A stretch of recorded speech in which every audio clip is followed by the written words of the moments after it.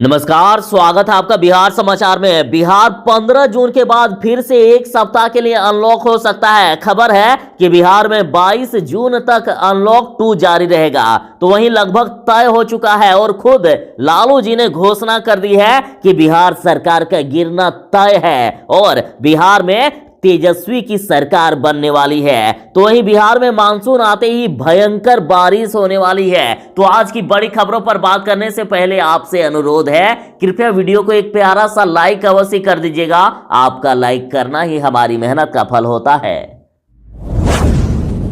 अब तक की बड़ी खबर आ रही है कि बिहार फिर से अनलॉक होने वाला है। बिहार में अनलॉक 2 होने वाला है और बिहार को फिर से अनलॉक करने के लिए मुख्यमंत्री नीतीश कुमार खुद ही पटना की सड़कों पर निकलकर खुद फीडबैक लिए। और खबर आ रही है कि बिहार 15 जून के बाद एक सप्ताह तक फिर से अनलॉक हो सकता है। बिहार में 22 जून तक अनलॉक 2 जारी रहेगा और इस बार खुशखबरी है कि कई विशेष छूट भी मिल सकती है। और मुख्यमंत्री Nitish Kumar crisis management group की बैठक कर बस कुछ ही घंटों में इसकी घोषणा कर सकते हैं। और इस बार दुकानों को खोलने की समय सीमा और भी बढ़ाई जा सकती है। कहा जा रहा है कि इस बार प्रतिदिन बिहार में सभी प्रकार की दुकानें खुल सकती है। तो वहीं बिहार में अब भी cinema hall, shopping mall, stadium, gym, park, school और कॉलेज 22 जून तक बंद रह सकते हैं। और साथ ही बिहार में नाइट कर्फ्यू में कुछ छूट मिल सकती है। तो वहीं शादी ब्याह और श्राद्ध कर्म में भी छूट मिलने की संभावना है। साथ ही वाहनों के परिचालन पर भी कुछ छूट मिल सकती है। तो वहीं बिहार में अब भी सभी धार्मिक स्थल बंद रहेंगे।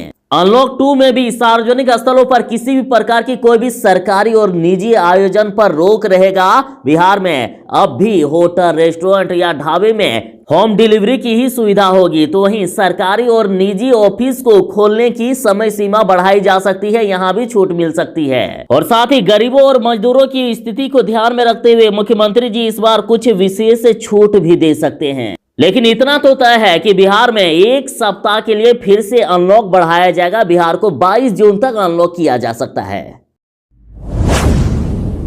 बिहार में मानसून आ गया है और बिहार में इस बार भयंकर बारिश होने वाली है। बिहार में पूर्णिया की जगह दरभंगा के रास्ते एक दिन पहले ही मानसून पहुंच गया है और बिहार के सभी जिलों में भयंकर बारिश का अलर्ट जारी किया है। कहा जा रहा है कि इस बार सामान्य से अधिक बारिश होगी और बिहार के इन 7 जिलों में सबसे ज्यादा खतरा है। यहाँ विशेष अलर्ट जारी किया, जिनमें से है पटना, वैशाली, सारण, भोजपुर, रोहतास, खगड़िया और बेगूसराय। इन जिलों में मेघ गर्जन के साथ वज्रपात और भयंकर बारिश की संभावना है। और साथ ही इस बार पूरे बिहार में वज्रपात का भारी अलर्ट जारी है और कई लोगों की वज्रपात से अभी जान चली गई है। और इन 10 जिलों में सबसे ज्यादा खतरा है, जिनमें से है औरंगाबाद, रोहतास, जमुई, नवादा, कटिहार, बांका, पूर्वी और पश्चिमी चंपारण। और बाकी बिहार के शेष जिलों में भी अलर्ट जारी है। और इस बार बिहार के 1-2 जिले नहीं बल्कि लगभग सभी जिलों में तेज बारिश की संभावना है। लालू यादव बिहार की राजनीति में वापस आ रहे हैं लालू यादव नीतीश कुमार को टक्कर देने। और खुद लालू यादव के बड़े बेटे तेज प्रताप यादव ने कहा है कि लालू यादव जल्द ही पटना आने वाले हैं। और इधर तेजस्वी यादव ने कहा है कि लालू जी गरीबों के मसीहा हैं। तेजस्वी बोले हैं कि सिर्फ बिहार ही नहीं बल्कि देश भर में लोग लालू जी को मिस कर रहे हैं और लोग चाहते हैं कि वे जल्द से जल्द मुख्य राजनीति में वापस आए। उन्होंने कहा कि लालू यादव का जीवन संघर्ष में बीता है और आज के दौर में ऐसे नेता ही समय की मांग है जो सीधा सांप्रदायिक शक्ति से लड़ सके और उसे सीधी चुनौती दे सके। यानी अब लालू यादव नीतीश कुमार को टक्कर देने आने वाले हैं। राजद ने कहा है कि हम सबकी ईश्वर से प्रार्थना है कि गरीबों के मसीहा आदरणीय श्री लालू प्रसाद यादव जी यथाशीघ्र स्वस्थ होकर जनता जनार्दन के बीच आए। पूर्ण विश्वास है कि लोगों की दुआओं और मनोकामनाओं से लालू जी जल्द ही ऐसा कर पाएंगे। बिहार के राजनीतिक गलियारों में खबर चल रही है कि बिहार में नीतीश सरकार गिर सकती है और तेजस्वी यादव की सरकार बन सकती है। जीतनराम मांझी और मुकेश सहनी जल्द ही एनडीए से बाहर आकर तेजस्वी यादव को समर्थन दे सकते हैं। और इधर देखिए बड़ी खबर है, मांझी के बाद सहनी ने बढ़ा दी है एनडीए की टेंशन। लालू से बातचीत पर बोले कि इसे पर्दे में ही रहने दीजिए। बता दें कि वीआईपी पार्टी के प्रमुख मुकेश सहनी ने लालू यादव के जन्मदिन पर उनसे फोन पर बात की। लगभग 12 मिनट तक बातचीत चली है और जब उनसे इसके बारे में पूछा गया तो वे बोले हैं कि इसे पर्दे में ही रहने दीजिए, जिससे बिहार के राजनीतिक गलियारों में बड़ा हलचल पैदा हो गया है। और साथ ही जीतनराम मांझी और मुकेश सहनी लगातार अपने ही सरकार से नाराज दिख रहे हैं। और यदि बिहार के राजनीतिक समीकरण की बात करें तो महागठबंधन के पास 110 सीटें हैं, तो वहीं एनडीए के पास 128 सीटें हैं और जिनमें से हम और वीआईपी के पास 4-4 सीटें हैं। यदि ये महागठबंधन के साथ आ गए और एआईएमआईएम का भी समर्थन मिल गया तो महागठबंधन की 123 सीट हो जाएगी, जो बहुमत से ज्यादा है। इस तरह से बिहार में तेजस्वी यादव की सरकार बन सकती है। खबरों में कहा जा रहा है कि मांझी सहनी का डोल रहा है मन, खतरे में पड़ जाएगी मुख्यमंत्री नीतीश कुमार जी की कुर्सी, बाजी पलटने वाले हैं लालू यादव। और जिस तरह से जीतनराम मांझी पिछले कुछ दिनों से बयान दे रहे हैं, उससे यही लगता है कि जीतनराम मांझी एनडीए सरकार से खुश नहीं हैं। और इधर जीतनराम मांझी ने लालू प्रसाद यादव से फोन पर लंबी बातचीत भी की है। और जब लालू प्रसाद यादव जी जेल में थे तो उस समय भी जीतनराम मांझी से बातचीत करने की कोशिश की गई थी, लेकिन जीतनराम मांझी ने खुद ही बात करने से इनकार कर दिया था। और अभी बदली हुई परिस्थितियों में मांझी बड़ी राजनीतिक डील की फिराक में है। यानी यदि लालू प्रसाद यादव कुछ बड़ा राजनीतिक डील करते हैं, कुछ बड़ा ऑफर करते हैं, तो जीतनराम मांझी एनडीए से अलग हो सकते हैं। छोटका लालू यानी कृष्णा कुमार ने कहा है कि लालू यादव को जमानत मिलने से विपक्षी परेशान है और अब बिहार में असली खेला होगी। छोटका लालू यानी कृष्णा कुमार ने कहा है कि अभी तो अंगड़ाई है, आगे और लड़ाई है, अभी देखते रहिए कि कैसे होगा खेला। बंगाल में हो गया ना खेला, बिहार में खेला होने वाला है। और इन्होंने खुलासा करते हुए कहा है कि भाजपा और जदयू के कई विधायक हमारे संपर्क में है, देखिएगा खेला होगा। और यहां खेला का सीधा मतलब है कि जीतनराम मांझी और मुकेश सहनी महागठबंधन में आ सकते हैं, मुस्लिम वोट महागठबंधन को मिल सकता है।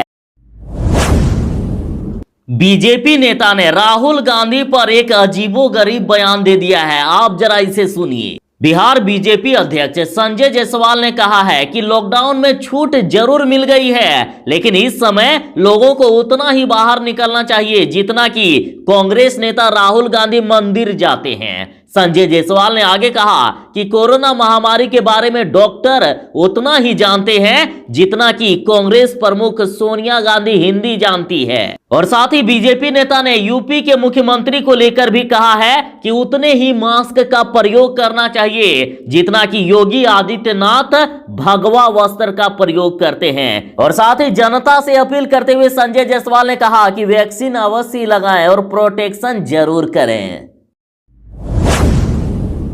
छोटका लालू कहे जाने वाले कृष्णा कुमार ने बड़ा खुलासा कर दिया है कि लालू यादव को फंसाया गया था। छोटका लालू ने कहा है कि लालू प्रसाद ने कोई चारा घोटाला नहीं किया है, उन्हें फंसाया गया है। और कहा कि सामाजिक न्याय की लड़ाई लड़ने की वजह से लालू प्रसाद यादव को चारा घोटाला में फंसाया गया है। तो वहीं छोटका लालू ने तेजस्वी यादव का जिक्र करते हुए कहा है कि बहुमत होने के बावजूद सरकार नहीं बन सकी, उनके साथ धोखा किया गया। गृह मंत्री और भाजपा नेता अमित शाह का जिक्र करते हुए कहा कि शाह और नीतीश कुमार ने मिलकर चीटिंग की है। छोटका लालू कहे जाने वाले कृष्णा कुमार ने सीधा सीधी कहा है कि नीतीश कुमार जी और बीजेपी की तरफ से चीटिंग करके तेजस्वी यादव को हराया गया। बिहार की राजनीति और खबरों में कहा जाना है कि जीतनराम मांझी जल्द ही एनडीए सरकार से अलग हो सकते हैं और तेजस्वी यादव को समर्थन दे सकते हैं। और इसकी शुरुआत हो चुकी है। जानकार कहते हैं कि मांझी कोऑर्डिनेशन कमेटी को हथियार की तरह इस्तेमाल करते हैं। मांझी ने जब महागठबंधन का साथ छोड़ा था तब भी उन्होंने कोऑर्डिनेशन कमेटी को ही मुद्दा बनाया था और अब एनडीए में भी उन्होंने सेम मांग कर दी है, यानी एनडीए से भी अलग होने का रास्ता तलाश रहे हैं जीतन राम मांझी। और यदि ये हुआ तो जीतन राम मांझी महागठबंधन में शामिल हो सकते हैं। जैसे मांझी को मुख्यमंत्री या विधानसभा अध्यक्ष पद के लिए ऑफर किया जाए, जीतन राम मांझी के पुत्र संतोष सुमन को यदि उप मुख्यमंत्री का पद दे दिया जाए या पार्टी के राष्ट्रीय प्रवक्ता दानिश रिजवान को महत्वपूर्ण पद दिया जाए या फिर मांझी के परिवार के किसी एक सदस्य को एमएलसी बनाया जाए या फिर कोऑर्डिनेशन कमेटी की मांग मान ली जाए या जीतन राम मांझी के पुत्र और समधन को मंत्रिमंडल में महत्वपूर्ण विभाग दे दिया जाए। और यदि ऐसा हुआ तो जीतन राम मांझी एनडीए सरकार को गिरा सकते हैं और तेजस्वी यादव की बिहार में सरकार बना सकते हैं। जीतन राम मांझी और मुकेश सहनी की लालू यादव से फोन पर बात हो गई है। तो इधर लालू यादव जी ने बड़ा ऐलान कर दिया है कि बिहार में गिरेगी सरकार, चिंता मत करो, जल्द ही बिहार में सरकार गिरेगी। देखिए, खबर में कहना है कि दिल्ली में मौजूद लालू यादव ने अपने पार्टी के नेताओं से खुद कहा है कि चिंता मत करो, बिहार की एनडीए सरकार जल्द ही गिरने वाली है। और लालू यादव से मिलने के बाद आरजेडी नेता श्याम रजक ने कहा है कि बिहार की एनडीए सरकार तो गिरने वाली ही है और इसके लिए हमें कोई मेहनत भी नहीं करना होगा। लालू यादव कोई जोड़ तोड़ नहीं करने वाले हैं, लेकिन एनडीए में जो अंतरकलह घमासान मचा है उससे सरकार के ज्यादा दिन चलने की कोई संभावना नहीं है। लालू यादव का स्पष्ट मानना है कि बिहार की सरकार अपने अंतरकलह के कारण खुद ही गिरने वाली है। बीजेपी जदयू वाले आपस में लड़ने लगे हैं। जीतन राम मांझी और मुकेश सहनी भी एनडीए सरकार से लगातार नाराज दिख रहे हैं, यानी सीधा सीधी इन लोगों का यही कहना है कि जीतन राम मांझी और मुकेश सहनी जल्द ही एनडीए को छोड़ सकते हैं। बिहार सरकार ने बड़ा ऐलान कर दिया है कि बिहार में स्वास्थ्य विभाग में बम्पर बहाली होने वाली है। इस साल होगी 30,000 नियुक्तियां। स्वास्थ्य मंत्री मंगल पांडे जी का कहना है कि 19,000 पदों पर 15 सितंबर तक हर हाल में बहाली हो जाएगी। बिहार के स्वास्थ्य मंत्री मंगल पांडे ने कोरोना की संभावित तीसरी लहर से लड़ने के लिए बिहार में डॉक्टरों की बम्पर बहाली करने वाले हैं और 15 सितंबर तक जिन 19,000 पदों पर बहाली कर ली जाएगी तो उनमें से है 6,338 विशेषज्ञ और सामान्य डॉक्टर, 3,270 आयुष चिकित्सक और 4,671 जीएनएम, 9,233 एएनएम और इसी साल टोटल 30,000 नियुक्तियां कर ली जाएगी। बिहार सरकार ने बड़ा फैसला कर लिया है कि बिहार के सभी आंगनबाड़ी केंद्र अब स्कूलों से जुड़ेंगे और यहां अब सरकारी स्कूल के शिक्षक पढ़ाएंगे। बिहार में नई शिक्षा नीति 2020 के तहत अब विद्यालय परिसर से बाहर चलने वाले राज्य के सभी आंगनबाड़ी केंद्र नजदीकी विद्यालय के साथ संबंध किए जाएंगे और ये कार्यवाही अगले 15 दिनों में पूरी भी कर ली जाएगी। जिस विद्यालय से आंगनबाड़ी केंद्र जुड़ेंगे उस विद्यालय के शिक्षक संबंधित आंगनबाड़ी केंद्र में जाकर पढ़ाएंगे और इस प्रकार से अब आंगनबाड़ी केंद्रों में भी शिक्षा के स्तर को सुधारा जाएगा।